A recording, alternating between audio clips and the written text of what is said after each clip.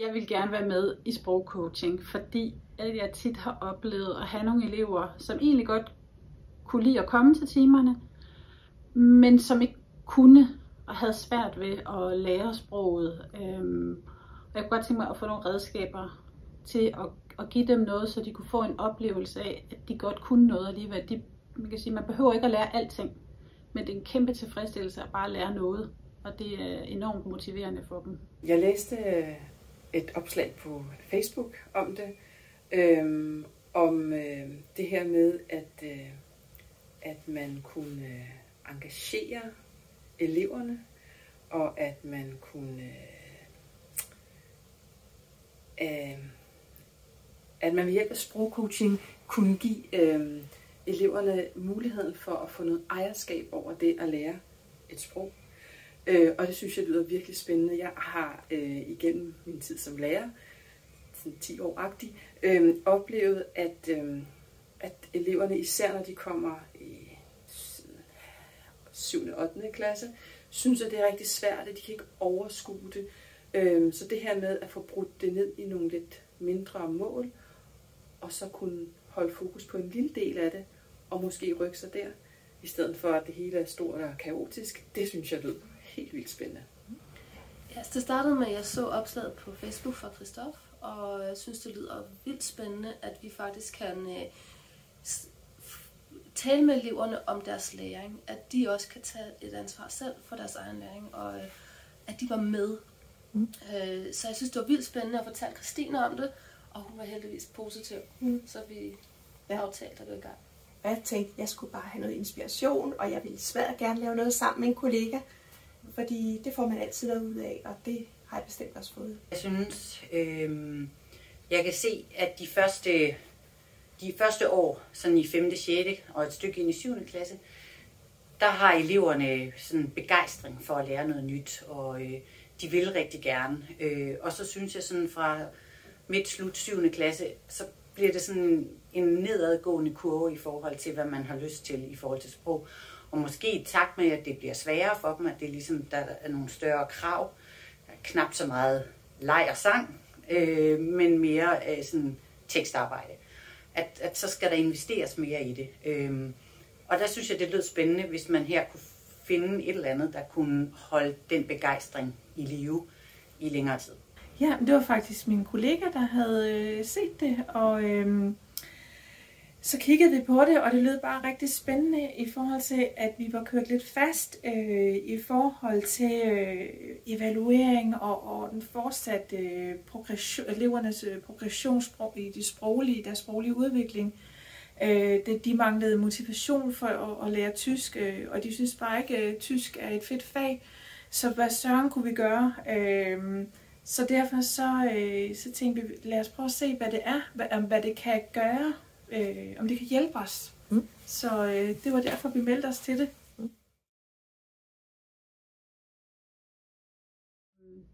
Jamen, jeg synes jo faktisk, at jeg har fået nogle nemme, realistiske og meget håndgribelige redskaber, som er hjælp til selvhjælp. Og det tror jeg egentlig er den vigtigste hjælp, man kan give eleverne. For vi kan ikke følge dem altid, og vi kan ikke altid stå ved siden af dem. Men at give dem at jeg har fået nogle redskaber, så jeg kan hjælpe dem til, at de kan hjælpe dem selv. Altså, jeg har lært en masse. Jeg har lært nogle nye mennesker at kende, som brænder for deres fag, også altså deres sprogfag. Jeg har fået det ud af det, at jeg har afprøvet det i mine 2. klasser, og jeg har oplevet, at eleverne har delt nogle af deres tanker om sig selv i virkeligheden, og det at lære sprog med mig, som var meget, altså et eller andet sted rørende, og også meget oplysende for mig, fordi jeg var ikke klar over, at det var sådan, de havde det.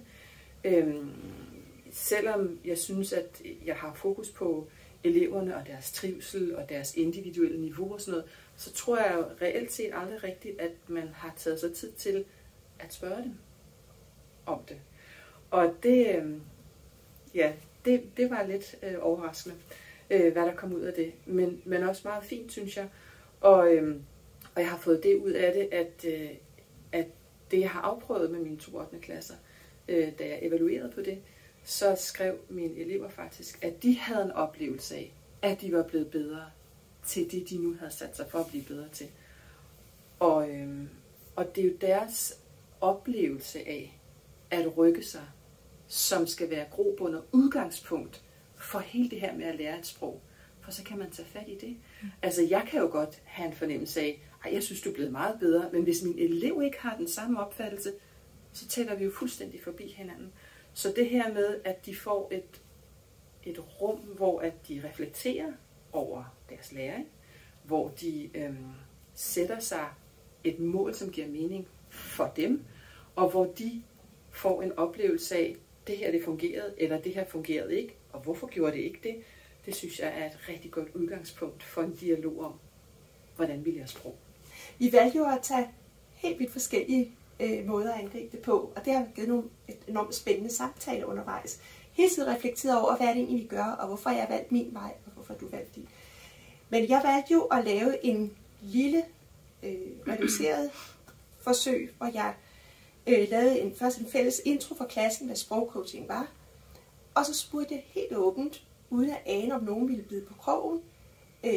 Fordi det er vigtigt med frivillighedsprincippet i det her. Jeg skulle se, at det skulle være båret af lyst og interesse. Så jeg spurgte, hvor mange der kunne tænke sig at være med i det. Og børnene så meget desorienteret ud, og det vidste de ikke lige. Men så kom der 3 forsigtige, og så havde jeg så 3 sessions med dem. Altså en første start, og så 2 opfølgende samtaler, og de har lyst til bare at fortsætte. Til min overraskelse opdagede, der opstod et rum, hvor vi kunne snakke om sprog på, hvor de ikke følte, at jeg stod og målte dem. Så ligesom om nogle skuldre kom ned, og vi kunne sidde og have en vældig tryg 1-til-1 snak. Så det synes jeg har været den største gevinst. Og jeg vil bare fortsætte med det her. Og du gik en helt anden vej. Ja, jeg valgte i 7. klasse at sige, at eleverne skulle coache hinanden. Så det var mere i en klasse, hvor de ikke fik så meget mulighed for det frivillige, men jeg sagde, nu skal I prøve at coache hinanden i grupper af 3. Og det var sådan set, fordi jeg godt kunne tænke mig at prøve at få alle til at gøre det, hvor jeg godt kan se fordelen ved at gå tæt på en enkelt, men hvor jeg synes, at alle skulle prøve det. Og det synes jeg var rigtig godt, fordi de prøvede jo, de talte med hinanden om det at lære, og hvordan man kan blive bedre til at lære. Med det, at man helt konkret sætter sig et mål, og hvordan vil man egentlig opnå det? Jeg synes, at jeg har fået for det første en måde at overhovedet at gå i gang med det og strukturere det på. Og på flere forskellige niveauer, alt efter hvad man synes, man har tid til. Og at lidt i den sammenhæng også har ret, at det behøver ikke at være en stor forkromet pakke, men bare det, at man overhovedet tager fat på det, flytter også noget. Og det synes jeg er ret fedt. Og så synes jeg, at jeg startede i en 7. klasse, hvor der stadigvæk var begejstring, og jeg håber, at det kan være med til at holde fast. Altså, de synes, det er sjovt, altså, og måske det faktum, at de selv får lov til at vælge, hvad det er, de arbejder med, at det synes de er fedt. Og det har været alt fra at skifte sprog i computerspil, og til at bage efter tyske opskrifter, og lege tv-køkken, og lave lister over fodboldudtryk på tysk og sådan noget. Så det, altså de har helt frit selv kunne vælge. Og i perioder har det også været Duolingo. I den sidste runde her har jeg sagt, at det måtte det ikke være, for nu skulle vi ligesom prøve noget andet af. Så jeg synes, det har været fint. Ja. Nu har jeg været ved i mange måneder, og i starten der prøvede vi forskellige metoder af, og vi prøvede de forskellige materialer af. Man skal lige finde sin egen ben at stå på, også i forhold til, hvad det er for en klasse, man har. Men jeg må sige, at jeg er meget positivt overrasket. Jeg hører faktisk ikke elever sige, at de ikke vil have tysk mere. De kommer og fortæller, at nu har de faktisk set en film derhjemme, og de spiller Duolingo. Vi begynder at spille Duolingo sammen, og sådan efterskole.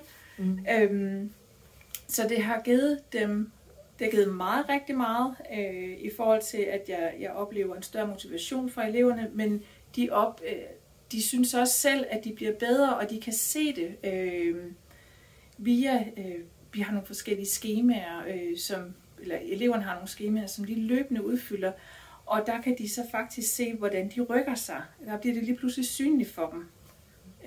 Og de får faktisk flere ord til at kunne beskrive deres egen udvikling. I starten er det minimalt, hvad de kan skrive, men deres ordforråd, det udvider sig faktisk også løbende igennem de her par måneder, vi har været i gang nu.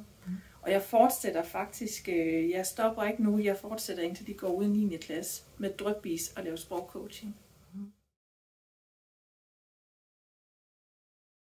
Og det virker helt sikkert som om, at de har fået blod på tanden, de tør, de sætter sig nogle mål. Det tror jeg er meget vigtigt, at det er dem selv, der sætter nogle mål. Og jeg står ikke som overdommer. Det er deres eget projekt. Jeg er der helt for deres skyld. Det har altså givet noget, så jeg ser dem i hvert fald forsøge at komme mere på. Det var rigtig godt. Ja, præcis. Det har jeg også lagt mærke til, det her med, at de faktisk sætter deres egne mål, og de prøver selv at komme derhen af egen. Altså, vi kan godt spørge ind til det og sådan, men det er ikke et krav på den måde, som vi stiller. Det er noget, de faktisk selv formulerer og prøver at opnå. Ja, jeg tror måske, de oplever overhovedet at blive spurgt om, hvad de har lyst til. Altså, at der er det er måske ikke det, man som sproglærer bruger mest. Og at man har ligesom et mål, og vi har en idé om, hvor det er, vi skal hen med vores undervisning. At det her med, at de selv kan få lov til at vælge og påvirke, hvad det er, de arbejder med.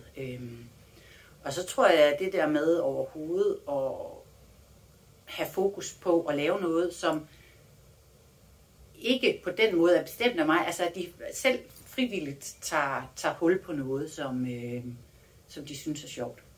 Og så når man bager kage, altså efter en tysk opdrift, så kommer der rent faktisk også et produkt ud af det. Altså, at det synes de er fedt. Ja. Prøv det. Man kaster sig ud i det og prøver sig frem. At det behøver ikke at være sidde lige i skabet første gang, men simpelthen bare starte ud på det. Og se, hvor det bærer hen ad. Det vil vise sig rigtig, rigtig hurtigt. Og så også forholde sig realistisk til det og sige, at jeg skal ikke nødvendigvis nå noget i første hug. Men lige meget hvad man gør, vil det give et resultat. Jeg vil bare sige, hop ud i det. Altså, jeg har haft en kollega. Jeg har haft nogle medsproglærere med på det her kursus, hvor at man har kunnet udveksle idéer. Det synes jeg er rigtig fint. Inddrag jeres andre sproglærere på skolen. Arbejd på tværs af sprogfagene. Snak med hinanden om det. Jeg synes, det er rigtig godt givet ud. Jeg tror, at jeg vil sige, at det ikke... Jeg ved ikke, om det er tidskrævende. Jeg synes ikke, det har taget så lang tid, som jeg faktisk frygtede, når først vi fik det sat i system. Og så synes jeg, det er rigtig godt. Altså det, man kunne vise, det var jo det her samlede idékatalog, vi har fået udarbejdet her. Fordi når man ser det, så bliver det pludselig konkret. Ja. Og så kan man ikke lade være sådan, nå ja, haps, den snupper. Hvad skal jeg gøre for at blive bedre til det? Så hvad skal jeg gøre for det? Sådan nogle links er rigtig gode til. Ja. Det er rart at have sådan et lille bibliotek, man kan bladre i og blive. Men jeg opdagede jo faktisk, at jeg havde for store forventninger til dem, når nu skal I coache hinanden. Det tror jeg bare, man skal glemme, fordi i grundskolen er de jo ikke klar til det. Der har jeg fundet ud af, jamen det er okay. Du stiller et spørgsmål, og så får du et svar. Og det er sådan, det foregår. Så det der med at sætte forventningerne lidt ned til at de kan måske ikke coache, men de kan godt være interesserede i hinandens svar og stille spørgsmål og reflektere og sådan. Ja. Så det flytter dem lidt. Så det flytter dem lidt der. Det er små skridt. Ja. Jeg vil sige, at de skal prøve, at de skal kaste sig ud i det, og at det her med, at lidt flytter også noget. Altså fordi man kan jo godt gå ind i det med den hele pakke og en-til-en coaching lærer elev imellem, som er tidskrævende og som jo giver mere. Men en mindre form flytter også noget. Altså det der med at børnene får fokus på det her med at lære sprog. Jeg vil sige go for it, for det kan noget andet end de almindelige selvevalueringsredskaber, der ligger. Nu kan jeg kun tale for tysk, men der er altid sådan noget selvevaluering, når man er færdig med et forløb. Det kan meget mere, og det kan meget mere end feedback. Man kommer ned og har fat i den enkelte elev Og jeg synes faktisk ikke, det er særligt tidskrævende. Jeg synes, det er faktisk, det går meget, altså, jeg får et meget hurtigt overblik over, hvad eleven er motiveret for at arbejde med. Så det er der, vi starter. Og det tager mig ikke lang tid.